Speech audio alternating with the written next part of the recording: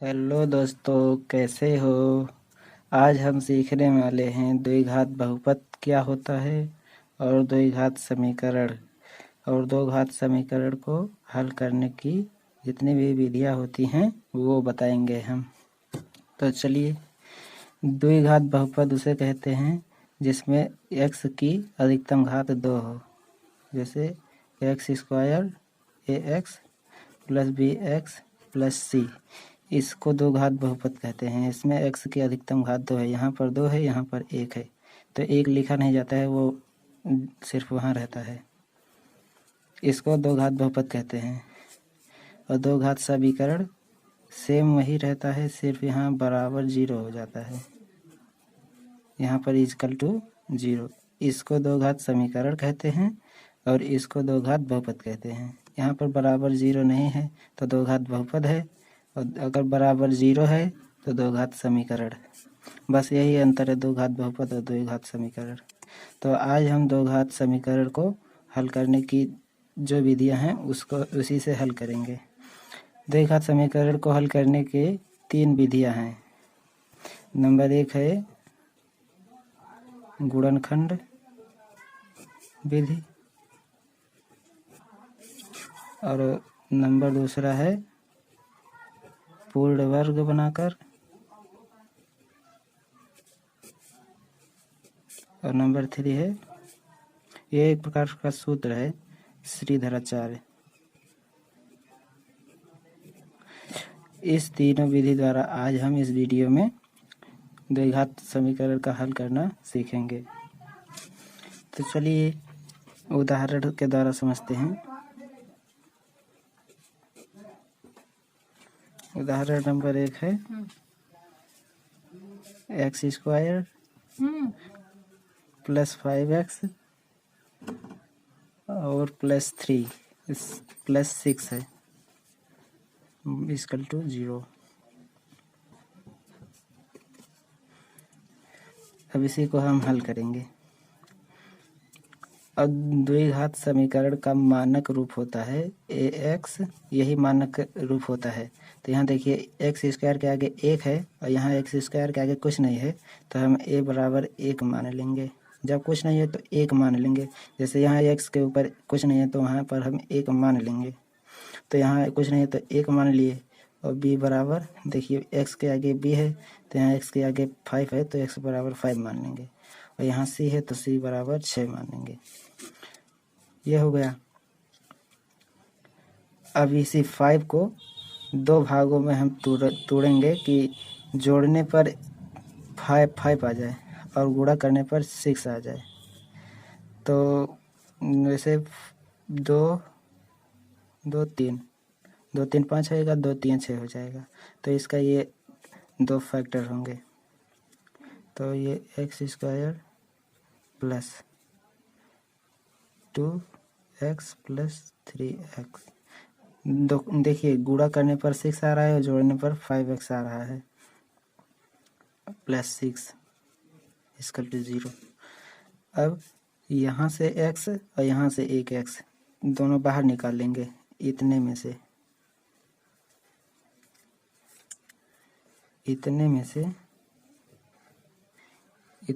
x निकाल लेंगे बाहर। इतने में से जब x बाहर निकाल लेंगे तो यहाँ पर 2x है, मतलब एक्स स्क्वायर का मतलब है x का 2 बार गुणा किया गया है। x का 2 बार गुणा करेंगे तो एक्स स्क्वायर आ जाएगा। तो 2x से 1x निकल जाएगा तो 1x यहाँ पर बचेगा, और फिर यहाँ पर 2 का x में गुणा किया गया है तब 2x है, तो यहाँ से x निकाल लेंगे तो x निकल जाएगा, 2 बचेगा, तो 2 हो गया। अब यहाँ प्लस का चिन्ह है तो प्लस लिख देंगे। और यहाँ पर 3 है और यहाँ पर x है, लेकिन यहाँ पर x नहीं है तो x कॉमन नहीं लिया जा सकता, क्योंकि जब दोनों में होगा तभी होगा। और यहाँ पर 3 कॉमन हो सकता है तो 3 कॉमन ले लेंगे, यहाँ पर x सिर्फ बचेगा। और यहाँ से जब कॉमन लेंगे, जैसे इसको 6 को इस प्रकार भी लिख सकते हैं 3 गुणे 2, तो 3 को बाहर निकाल लेंगे तो 2 बच जाएगा, तो 2 जो बचेगा वो यहाँ लिख देंगे बराबर 0। अब देखिए यहाँ भी ये है, यहाँ भी ये है। अब इस पूरे में से x+2 दोनों बाहर निकाल देंगे। इस दोनों को बाहर निकाल लिया, एक हो गया, और इसको एक कोष्टक में बंद कर देंगे। ये हो गया। अब यही एक बार x+2 बराबर 0, एक बार x+3 बराबर 0। जब इतना होगा तो x का मान आ जाएगा -2, और जब इतना बराबर 0 होगा तो x बराबर -3। तो हमें x का कितना मान प्राप्त हुआ? x बराबर 1 प्राप्त हुआ है, -2, और 1 प्राप्त हुआ है -3, यानी x के 2 मान हमें प्राप्त हो गए।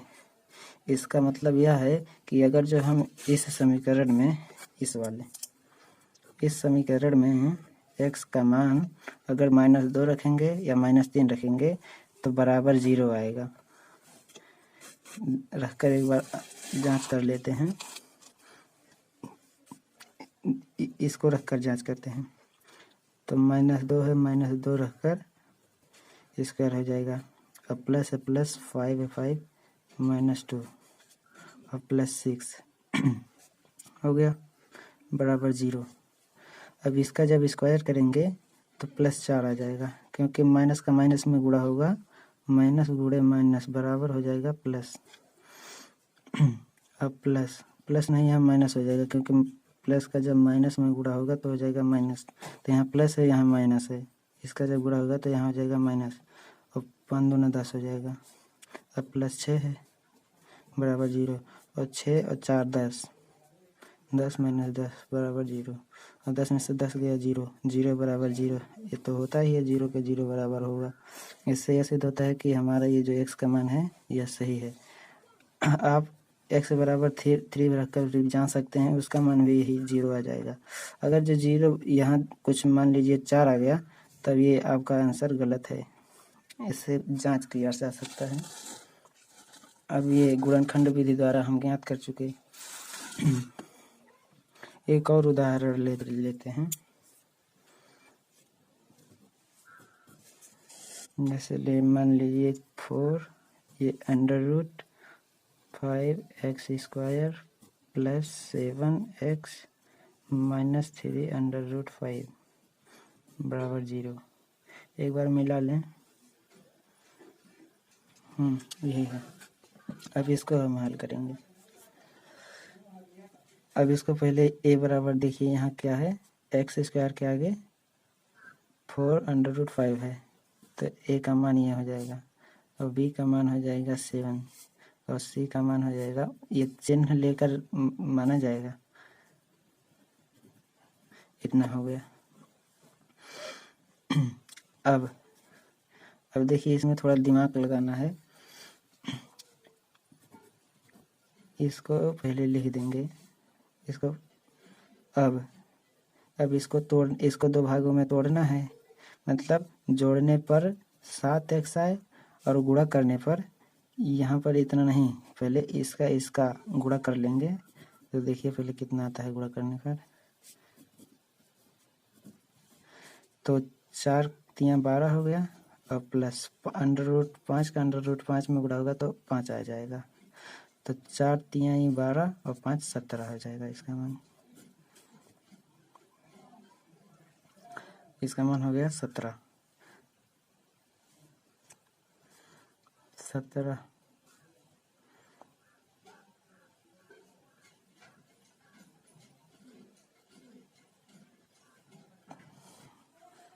यहाँ पर गुणा का चिन्ह लगेगा, यहाँ पर सब माइनस गलती हो गया। 12 × 25 60 लाना है, यानी जोड़ने पर 7x आए और गुणा करने पर 60 आए। एक बार फिर से बता देते हैं, ये मतलब मिस्टेक हो गया। जोड़ने पर 7x आए और गुणा करने पर 60, ये 60 कैसे आए एक बार फिर से बता देते हैं। तो कितना है 3, इतना है। 4 × 12, और ये गुणे का निशान है ना, तो हम गुणा लगाएंगे, वो प्लस लगा दिया था। तो √5 का √5 में गुणा करेंगे तो 5 आ जाएगा, और 12 × 25 60 हो जाएगा। अब यहाँ पर देखिए, अब इस 60 को कब फिर दो भागों में हम ऐसे तोड़ें कि जोड़ने पर 7 आए, मतलब 7x को दो भागों में ऐसे जोड़ें कि 7x आ जाए और गुणा करने पर इतना आ जाए। तो पहले हम इसको गुणनखंड कर देंगे ऐसे, मतलब ऐसा सोचने पर बड़ा समय लग जाएगा, इससे आसानी हो जाएगी थोड़ा। 2 से पहले काट देंगे, 60 हो जाएगा, फिर 3 से काट देंगे, ऐसे हो गया, ये हो गया। अब देखिए 3 दूना 6 दूना 12, इतना 12 हो गया, और ये 5, 12 25 60, और 12 में से 5 घटा देंगे तो 7 आ जाएगा। ये इसका मतलब हमें 2 गुणनखंड ये मिल गया। इस प्रकार ज्ञात किया जाता है। तो यहाँ पर प्लस है ना, तो बड़े वाले को हम पॉजिटिव ले लेंगे, और यहाँ पर नेगेटिव है तो छोटे वाले को हम नेगेटिव ले लेंगे। यहाँ पर बड़े वाले को पॉजिटिव लेंगे क्योंकि यहाँ पर प्लस है, और फिर इसको इस प्रकार लिख देंगे। अभी देखिए, अब इसमें से 4√5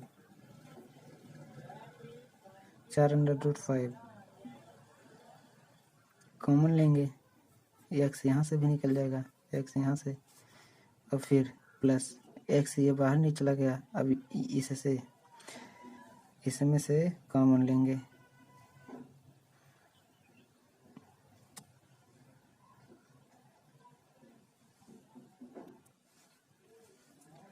यहाँ पर माइनस अंडर रूट 5 कॉमन ले लिया है, लेकिन यहाँ पर नहीं हो पाएगा, इसलिए हम सिर्फ 4x ही कॉमन लेंगे, ये नहीं लेंगे क्योंकि ये यहाँ पर नहीं हो, मतलब इसमें से माइनस अंडर रूट 5 कॉमन नहीं है, तो यहाँ पर 4 कॉमन लिया जा सकता है, इसीलिए यहाँ पर सिर्फ 4x, और यहाँ पर अंडर रूट कॉमन नहीं 5 होगा, तो यहाँ से सिर्फ 4x ही कॉमन होगा, यहाँ बचेगा 3। अब यहाँ पर देखिए -5 है ना, तो 5 को हम अंडर रूट 5 गुणे अंडर रूट 5 लिख सकते हैं, 5 बराबर इतना होता है। तो अब यहाँ पर इसको लिख दीजिए, under root 5 into under root 5 -x5 equal to 0।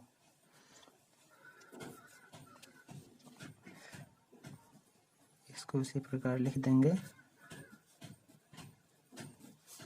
अब यहाँ पर देखिए, यहाँ पर अंडर रूट 5 है, यहाँ पर अंडर रूट 5 है, इसीलिए इसको इस तरह लिखे हैं कि दोनों आसानी हो जाएगा कॉमन करने में। x यहाँ है, x यहाँ नहीं है, तो सिर्फ यही कॉमन होगा, यहाँ माइनस है तो माइनस लिख देंगे। इसमें से जब अंडर रूट 5 एक निकल गया तो अंडर रूट 5 बचेगा x, माइनस यहाँ पर ये निकल गया तो 3 बचेगा सिर्फ, बराबर 0।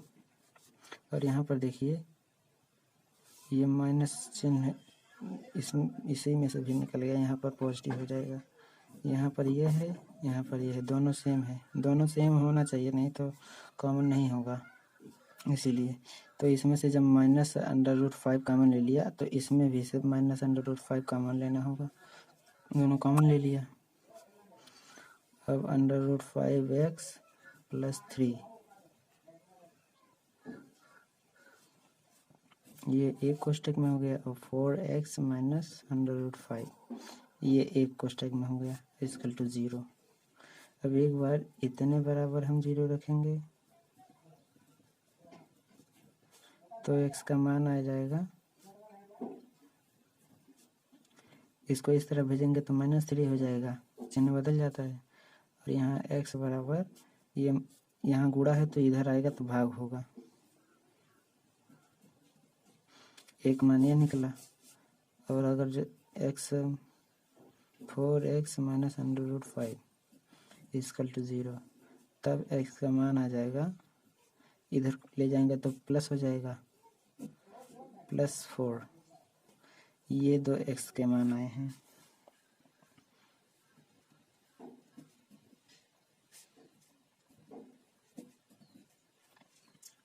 x के हमें ये दो मान प्राप्त हुए। अब x बराबर एक बार ये रखकर इस समीकरण में अगर जो देखेंगे तो 0 आ जाएगा। आप जांच करके देख सकते हैं 0 आएगा। अब पूर्ण वर्ग बनाकर